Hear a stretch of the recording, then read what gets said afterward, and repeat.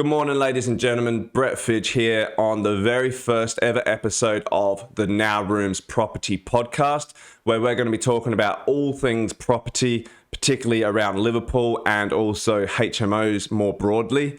Today, our very first ever episode is What Do Tenants Want?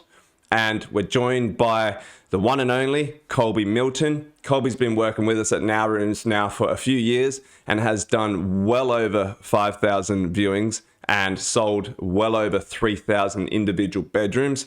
So when it comes to knowing what tenants want and what they're looking for, arguably, nobody knows it better than Collby. So we're really excited to get into the conversation. Welcome, mate. Thanks very much for having us. Pleasure to be the first guest. I'm honoured. Absolutely. So today we are talking about what do tenants want. So as we said, you've done over 5,000 viewings across Liverpool. Done a lot. I've seen a lot. And the Wirral, got some good stories. Got some very good stories. Some not good times. Some not so good stories. So what I was thinking is we talk a bit about some of the biggest misconceptions that we see from landlords, particularly around designing HMOs, and also what tenants are looking for on viewings, because I think, from my experience, what people think tenants want and what they actually want can be drastically different. Oh, definitely, yeah. So can you start by telling us just a bit about, what are some of the biggest fundamental flaws you see with designs of HMOs? I think the first fundamental flaw that is quite a big one, to be fair, would be that landlords don't include a communal space in the house shares. Yeah. Obviously, the landlords are looking at the bottom line and they're thinking if they can maximise the occupancy of the property, then they're going to increase their rent. But in reality is, with house shares, people move from all over the country, or different countries, in fact, and they're looking for new people to meet. Yeah. So that's predominantly one of the reasons why tenants move into house shares. And if you haven't got that communal space for them to integrate with each other, then obviously it's not going to be an attractive quality in the actual house. Yeah. I think missing out the communal area is a fundamental flaw. And I always revert back to, if you're a tenant, as a landlord, would you want to live in a property that had no lounge? Like, nobody would ever move into a house, their own house. Unless the bedrooms had like the kitchenettes and that in them, but often they don't, do they? No, and I think it's market specific as well, so it depends who you're trying to get into the property. If you're after young professionals, white collar workers, and you want them to stay for as long as possible and integrate with each other, then ideally having that communal space is obviously beneficial to the longevity of the property. Yeah. But if you're targeting blue collar workers, maybe the target market is a little bit older. Generally divorcees, they've just split up with their partners. That's quite a common one. They don't necessarily mind not having a communal area as long as they've got sufficient space in their room. So they've got an ensuite, as you said, they've got maybe a small kitchenette, maybe a fridge, and they've got a sofa. And I always say to landlords, if you were coming back from a long day at work and you had no communal space, and in the rooms there was no chair, for example, you're just going to sit on your bed and have your dinner. Like, it's such a you need to be comfortable, don't you? Yeah, exactly. Such a small thing, but as a tenant, you want to come back and relax. So you go in the communal area, stick on the chase, and have a bit of food. Yeah, I think I'm always saying, I'm sure you are as well, is that to landlords, particularly when they're at the design stage of the HMO, you're better off having 5 or even 4 highly desirable rooms as opposed to 6 mediocre rooms, because it's not just the increased rent that you get on the 4 fewer rooms. Yeah. It's the less voids and the less turnover and all the rest of it. Because, like you're saying, I think, at the end of the day, if you're comfortable where you are, then you're not inclined to move. But if you're uncomfortable, I think that's the thing as well. A lot of the time, tenants being uncomfortable is not even an obvious thing. So sometimes they can just be subconsciously uncomfortable where they're living. And they're moving out. They don't know why they're moving out. And we don't know why they're moving out necessarily. But the truth of the matter is that they've got a 7 square meter bedroom and no living room and all the rest of it. So all these things play a part. Definitely. It's about the longevity of the property itself as well. The tenants staying for as long as possible. Yeah. Like you said, if you've got a more homely house share where tenants feel more at home and they feel more relaxed and more comfortable, naturally they're going to stay for longer. Why would they want to move out of somewhere where they feel comfortable? Yeah. But if you've got a property that's uncomfortable and it's copy and paste, so everything looks the same and it feels very student-esque, then, like you said, unconsciously, they might think, they're not comfortable and they'll look for something else that's more attractive. Yeah. What would you say out of all the properties that you've appraised? How many properties do you reckon you've appraised from? Oof, that's a good question. Hundreds. Hundreds, Like yeah, probably at least. 400? I'd say 300 or 500? 400 properties I've been to appraise rent, maybe even more. 300 or 400 HMOs across Liverpool. HMOs or just general? Probably be HMOs, yeah. Generally HMOs, yeah. I've done a lot of flats as well. Yeah. Studio apartments, but predominantly HMO, so I know exactly what works for tenants. So out of those, let's just call it 500. Be easily 500, wouldn't it? Yeah, over the few years. so, yeah. So let's say out of 500 HMOs that you've appraised, what percentage of them do you think fall over at this very first basic fundamental of the communal space element? I'd say 25%, 1 in 4. Yeah, they made that mistake.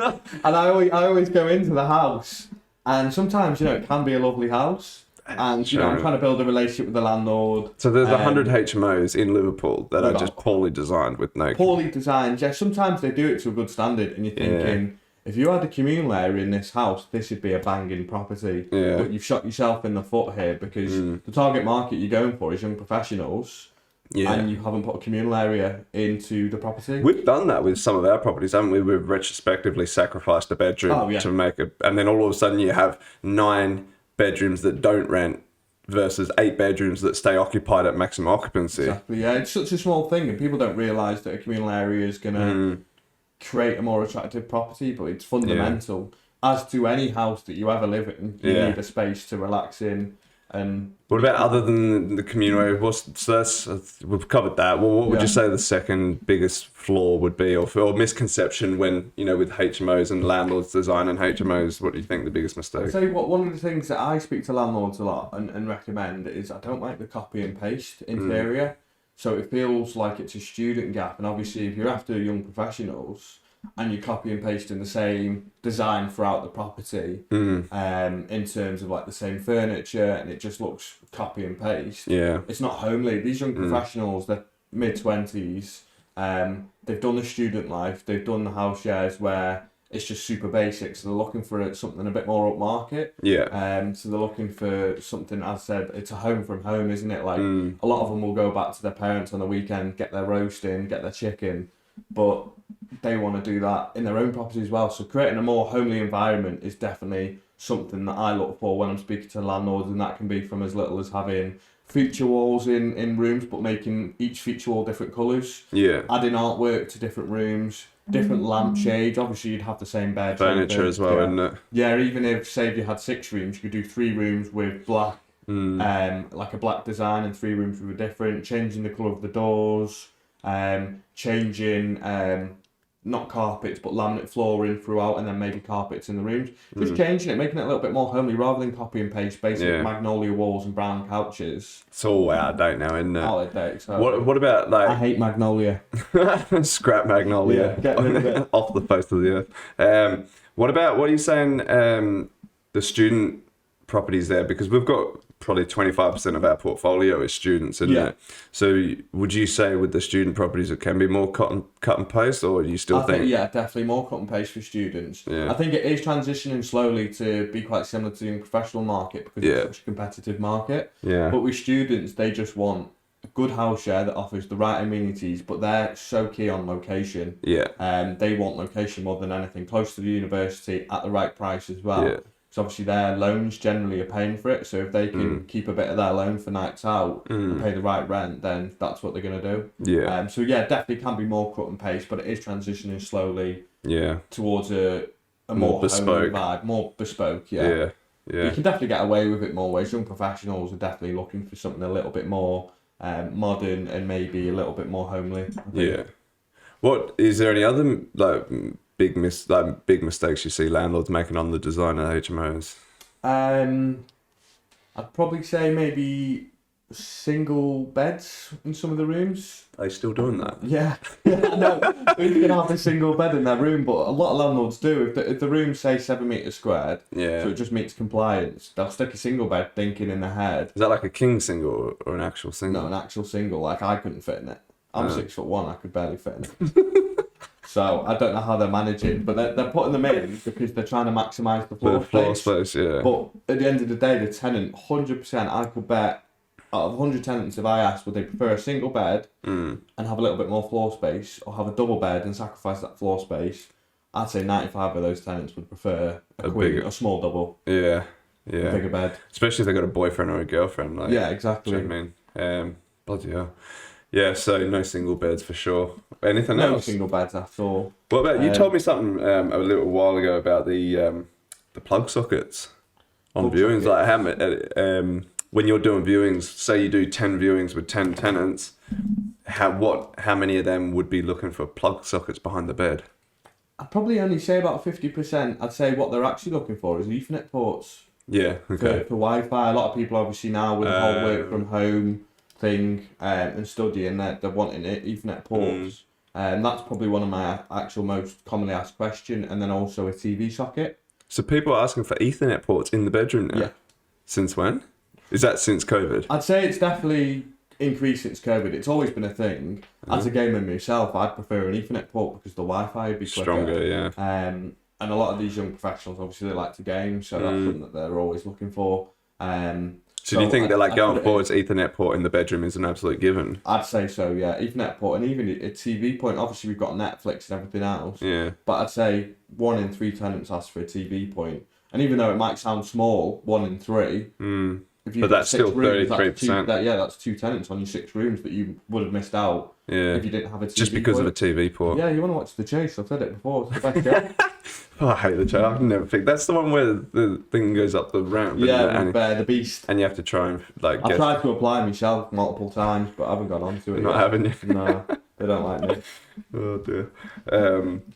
Quality. So yeah, okay. Ethernet ports, TV ports. There's small things, but obviously if you add up 4 or 5 small things in a tenant's head. Yeah. That's and a subconscious uncomfortable, isn't it? Exactly. They view a property after. Yes, it might be not as modern as one I've shown them, for example, but this one ticks 4 or 5 more boxes. Because they're not likely to give us the feedback as well when they're moving out. Because obviously we're always trying to find out why the tenant's moving out, isn't it? So, but they're not likely to even know probably, or much less feedback to say, oh, well, you haven't got a TV port in my bedroom or little things. But if you, like you said, you add 3 or 4 of these things up, and then over 6 months, it's like they figure out that they're trying to run cables under the door to the neighbour's bedroom to try and get some TV or something stupid. Exactly. Yeah, fair enough. These are all good points, Colby. Anything else that you think design-wise? I think generally, if you're designing a house with good-sized rooms, and when I say a good-sized room, I'd like to see anything above 10 metres squared. Yeah. Obviously, that's not always possible. So if you're looking at smaller rooms, then using clever storage, bed storage is a big point. Obviously, you've got a lot of stuff as a tenant. I've got a room full of clothes, so I couldn't imagine a tenant moving up into a new room. There's not a HMO on the planet, is there, that has too much storage? Too much storage? Yeah. No. Storage is always good. Storage is and good. I like clever storage, like built-in wardrobes. Underbed storage, yeah. Which I've seen a few really good examples of it being done. And they last longer as well, because if they're built in to the rooms, obviously how many wardrobes, chests of drawers, bedside tables get broken by tenants each year. If you've got built-in open storage, more durable. Then, it's more durable, so it's saving the landlord cost money. more at that front, but like low maintenance and exactly. Good stuff. Okay, and then so I was thinking we come on to so that's more about like the landlord's design of the properties. Floors, What about things that when you're on viewings, like we say, you've done, don't even know, but it has to be well over 5,000. Oh, yeah, I'm quite famous in Liverpool. How many? So can you go into a bar and not bump into a tenant working behind the bar? Literally last night I was out in a bar playing pool and I bumped into a tenant. I'd say every weekend I see a tenant. We were at Asda down the road the other day getting a thing a little while ago now, and one of the tenants was working behind the thing. Yeah, do you remember? Yeah. I didn't know, but obviously you do. Yeah, literally. Obviously, I've done so many viewings that I just notice everybody, and I've got a really good memory, so I always remember. Oh, I showed this person this. Do they remember you though? Yeah, probably for the wrong reasons. Classic. So what are they looking for when you're on the viewings? What are they asking about? What do they want to know? What are they looking for? What are the most important values? I think there's 3 main factors when a tenant's looking for a room. Number 1 is the location. Is it? That's the main location. But when tenants are calling and emailing and looking for rooms, they don't know the location of where they're looking for. Yeah. And they want to be close to the city centre, or they want to be in more desirable areas, or near a park, near transport links. But that's touching back on the fundamental flaws. Landlords will think because there's a train station right next to the house or a hospital, then they're going to get tenants, but that's definitely not the case. They'd rather live in a more desirable area, travel to work, and we've done studies on that. We've asked tenants, and that's been showcased before. But I think because we see that a lot with like London investors, don't we? Because like I used to live in London, as you know, before I moved up here, and the first thing you do when you're looking for a new apartment or whatever is you figure out how you get to work and what tube line you're on, and you just reverse engineer the tube line, and you need to be. For me, it was always the Northern Line, so I was always in like Clapham, Balham, Brixton, Tootingbeck area, which was all on the Northern Line. Whereas Liverpool obviously doesn't have tubes and the trains aren't that great either. So we're always educating landlords and investors that just because you're next to a train station, you'd rather be in a train station near Aigburth than a train station, out in West Derby or something. It's like no man's land for a HMO, isn't it? Yeah. And obviously Liverpool's such a small city. Sometimes with traffic, most people drive. Sometimes with traffic it might take a little bit longer, but 10 minutes between the south and north Liverpool, whereas London, you're looking at an hour sometimes between minimum. places. Standard hour. That's why it's not necessarily going to work if it's next to a train station. Yeah. But tenants, first and foremost, do look at location. So location number one, what's number two then? Location number one. Number two would be amenities. Yeah. So ensuite, tumble dryer, washing machine, dishwasher. Dishwasher's not necessarily needed, but just the general amenities of the property. And thirdly would be who they're living with. Yeah. So they're the three mains, but I think actually when it comes down to it, they choose based off who they're going to live with. Yeah. So first and foremost, when they call up, inquire, they're looking at the location, what the amenities offered, and then who they're living with is sort of when they're on the viewing, that's when they want to know, and that's kind of the way they make the decision. Who they're living with, which is why we generally put in houses. I try my best as possible to put people that are like-minded in houses, because then they stay for long as possible. And price is a consideration. Yeah. If I was doing top five, that's it's funny how like the top three there, price wasn't even mentioned. No, but price, obviously they always look at price. Yeah. But as a young professional, but that's the final thing, isn't it? You once you know you got where you want to live, then you figure out is the price right. You'll pay a little bit more if it's right. If you've got the people that you want to live with, the area that you want to live in, and you've got the amenities. Tenants have always. I mean, I did a viewing the other day, and his budget was £300. He took a room that was £450. Yeah. He told me his budget was £300. And he took a room for £450. He took a room for £450. I've just done it. Me and my wife just did it. Like we just signed up to an apartment that was probably 50% more than what I normally would have paid. But it's because of the amenities, the location, and everything we got with it. We're like, sod it. Yeah, let's just sign up and see what happens. House share room is never going to be really more than £500. Maybe a little bit more, depending on the room that it's offered. Yeah. Which means then, if a tenant on average, if the UK salary is £20,000 to £25,000 a year, they're going to be able to afford at least up to £500. Yeah. Obviously, ideally, if they can buy a room at £300 and it works for them, obviously they save more money. But ultimately, price is not a huge consideration. Especially when you're living with people you want to. So, okay. So location, amenities. What was the other one? Top three. Who they're living with. Who they're living with, and then price is probably what, 4 or 5. Yeah. I'd say 4. Yeah. Yeah. Number 5. Number 5, difficult one really. We've touched on the main 4 points. Probably contract length. Some landlords want 6 months, but a lot of tenants. What do you get? Do you get many tenants complaining about renting privately through landlords versus agents, or is there any common theme there? No, I think sometimes tenants do prefer landlords because they don't want to go through credit checks. That's a red flag to us straight away. Yeah. I had one, funnily enough, I've had the first one of them in quite a while yesterday. Yeah. And I rang her 20 minutes before the viewing because she didn't pick up early in the morning just to confirm the viewing. And she confirmed, went to the property, this is no joke, went to the property. She arrived and she's like, oh, are you from an agency? Because I was obviously dressed a little bit nicer. Yeah. Well, she asked me, are you the landlord? I was like, no, I'm from an agency. She's like, oh, I don't feel comfortable renting from an agency. I've had past experience with credit checks and taking deposits. Obviously, we're not like that. We'll do the relevant checks and get the tenant in if they pass. But that was a red flag straight away. I didn't even want to show the property. I mean, she didn't see it anyway. She turned around and walked away because she's like, I want to rent from a private landlord. Really? Because obviously private landlords, they haven't got an agency in place, they haven't got the systems in place to find the right tenants. So they try and get whoever they can, and they'll look, take a blind eye to certain things. So if her credit check wasn't going to pass, a landlord might think, oh, well, I've got this tenant, I just want to move in because I want to get the money. Yeah. Whereas obviously as an agency, we protect our landlords from bad tenants. We've had that though, where landlords are desperate to have their rooms filled, so they just take anyone and anything. Exactly. Yeah, madness. Madness. Okay, so we've covered what design flaws you see, to what tenants want. What else have you got to share with us, I think Collby? the decor is definitely changing since I mean, I've been here maybe coming on 7 years, I think, this year. Yeah.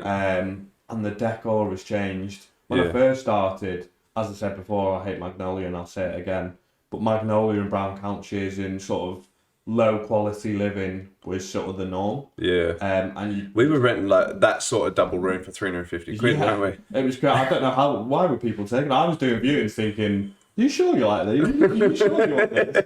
Thinking, I wouldn't pay to live here, but no, the decor's changed completely. Like, the tenants are becoming so much more demanding, and as I touched on before, they want somewhere that's very homely, nice. A lot of rooms have come onto the market in Liverpool over the last few years, haven't they? So the competition's gone through the roof. Exactly, and to beat your competition, you need to do something that's better. Yeah. So by creating a better environment for tenants.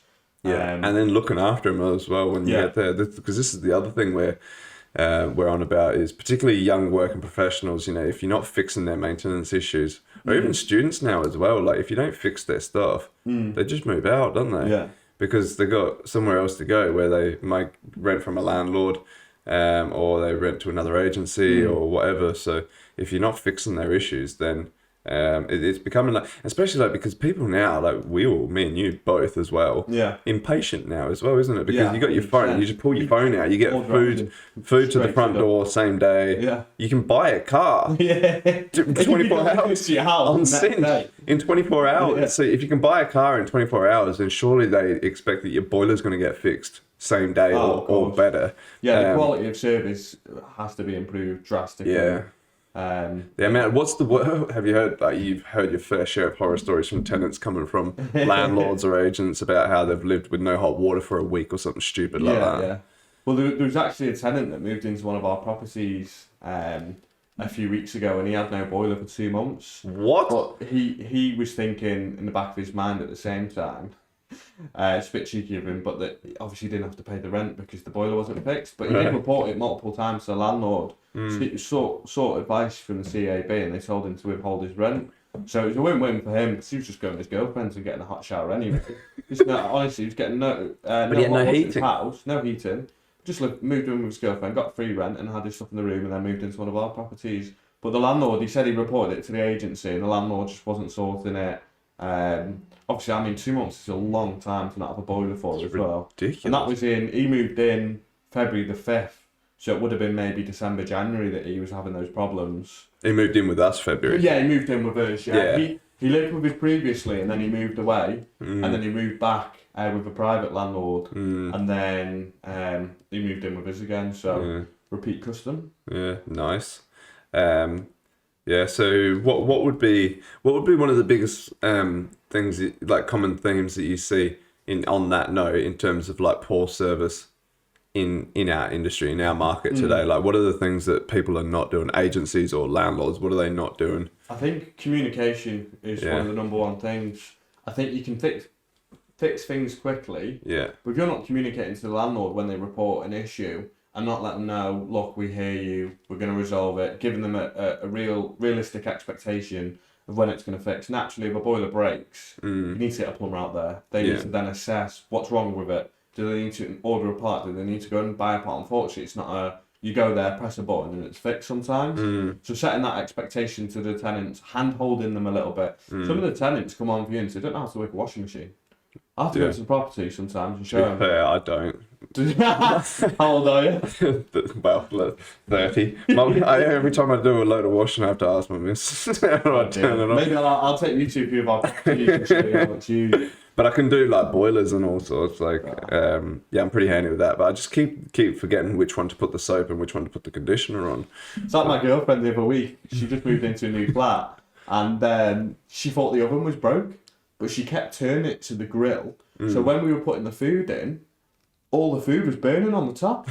I was like, you've got it at too high of a heat. She turned it to the bloody grill. So we're saying, Colby, that you know, in terms of what tenants are looking for, number one, location, amenities, and then the who they're living with, yeah. And you're saying that the price is usually about 4 or 5 on the list. One of the things I've been discussing quite a bit with landlords recently, particularly with the energy crisis that's going on, is room rents have not really increased much across Liverpool. If anything, they've stayed stagnant, and the reason being is because the amount of supply coming on the market, so it's very competitive. Yeah. But now, Article 4 came in June last year. I was trying to work out how many months that is. Yeah, so what's that? 8 months ago, 9 months ago. So since then, obviously, the amount of supply coming on has more or less come to a stop. So the room rates now are, even before, like, excluding the energy crisis, room rates, which we were starting to force room rates up, weren't we? So now with the energy crisis, obviously, it's forcing even further the room rates going up.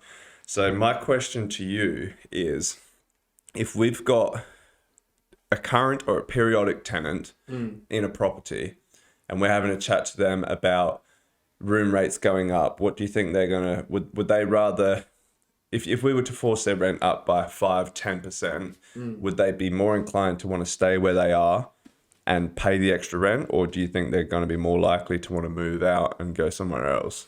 I think, to be fair, it's a case-by-case basis, and it depends what the room that they have offers. If they've got a really good room that ticks 9 out of 10 of their boxes, if we raise it by £30-40, if the rent's £400 already, 10%, £440, I think they'll be inclined to stay, especially if they like their housemates. But if you've got somebody in a room that they solely bought down to price for £250, and we're increasing it to £300, that's a substantial increase on their existing rent, 20%. So I think they'd be more inclined to then look for somewhere else, because there'll still be a landlord wanting to fill a room for whatever reason, and they'll be offering £250. So I think if tenants are price motivated, which is still, obviously I said that was the 4th most desirable thing when a tenant's looking for a room, you do get tenants that will put that as their number one.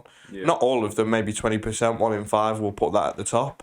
So I think those tenants will definitely look for somewhere else. I think it's a fine line, because obviously landlords and their utilities, I understand that they need to pass that cost on to the tenants. But ultimately, if you've got 5 really good tenants that look after the house, they've stayed in the property for a long time, there's little to no voids in the property, that's worth its weight in gold. Why raise it an extra £25 a room, which is what, £125 across the house a month? Yes, that's a good increase, and that helps towards the utilities. But if that then means that you're putting the tenants at risk to move out, and you end up with voids, and you so then the find point there is like what the comment you made earlier about knowing your tenants, isn't it? 100%. You need to know how happy they are where they are, how much they want to stay where they are, how much you can realistically, because obviously at the end of the day, like, it is a business, so there is a fine line between giving tenants what they want and obviously making sure things are commercially viable for everyone involved. But it's a case-by-case basis, isn't it? That's it, isn't it? And it depends on the landlord. But I think ultimately all the rents are going to go up, because, as you said, they've been stagnant, so I think tenants expect it across the board. But I think raising it by £15 on a room that's £300 as opposed to £330, which is an extra £30, I think that's more viable for a tenant, and that's contributing towards the utilities. I think they'd understand that. But £300 to £330 is obviously quite a big jump for some tenants, especially like you said, if they rented the room based on the price. Exactly, yeah. So it's case by case, but I think tenants are expecting it.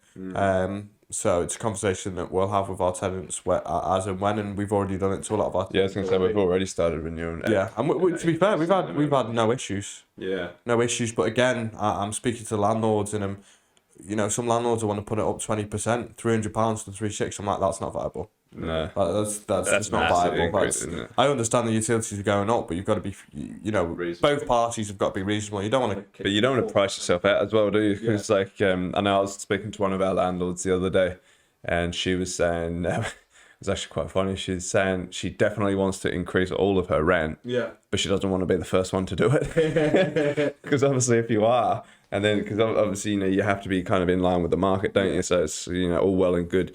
Landlord A saying, I want to increase by 20%, and then landlord B saying, well, I'm going to wait till everyone else does it, and then I'll slowly, gradually put mine up.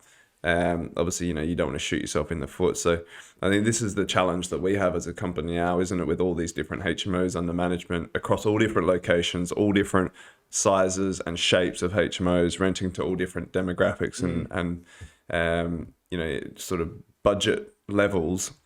We've got three. What's our room rates vary from 250 to 550, isn't it? Yeah, I'd say the cheapest room in our portfolio is 225. The most expensive is 550. Yeah. So yeah, obviously, and in HMO bedroom terms, that drastic ends of the market, isn't it, for Liverpool anyway? So it's a case by case situation that we're dealing with, and something. Yeah, I think it comes down, like you say, to knowing the tenants, isn't it? Yeah. Their desire to want to be there and. Yeah, obviously we want to make both parties happy, the landlords and the tenants. We don't want to scare tenants away. But ultimately, the rents are going to be going up. And I have already. Yeah. And the tenants haven't been shocked when you've been talking to them about it? No, surprisingly, it's been well received. But again, it's the conversations that we're having with the tenants, the reasons behind it. Ultimately, landlords don't want to raise their prices. If the utilities and the energy crisis wasn't a thing, they probably wouldn't be raising them necessarily. Because they've got good tenants in there, but ultimately they have to pass the cash. Everything's going up, isn't it? Yeah. Every time I've been to the last 5 times I've been to Tesco, bread is more expensive every time. £1.25 used to be £1. Yeah. Most bread. Well, the bread I get used to be $1.20, now it's $1.90. Is it? It's got it's like the seeded bread. It's like literally every single time I've been in there the last 5 times, it's more expensive. I'm just like, how expensive is bread gonna get? Petrol's the worst. Bread will be £5, buddy. And then obviously fuel as well. Like fuel prices, everything. Which also that affects the tenants. The rents are going up. The cost of living's going up. Yeah. So a lot of people are gonna have to make a lot of sacrifices. Less parties. Less drinking, less parties. Yeah. Or in-house parties. Yeah, God forbid. Yeah. Colby, thank you very much for the conversation, mate. It's been a pleasure. Enjoyed it. Yeah, it's been good fun, hasn't it? Yeah, really good fun, yeah. Good first little episode. Definitely. So excited. Everybody enjoyed it. Yeah, excited for more of these to come. I think we've got, mate, between me and you, I think we've got loads more. We could sit here for 3 days talking, to be fair, HMO. All the things we've seen and done and whatnot. Got golf to play. Yeah, exactly. But no, appreciate that very much. Hope the audience enjoy it.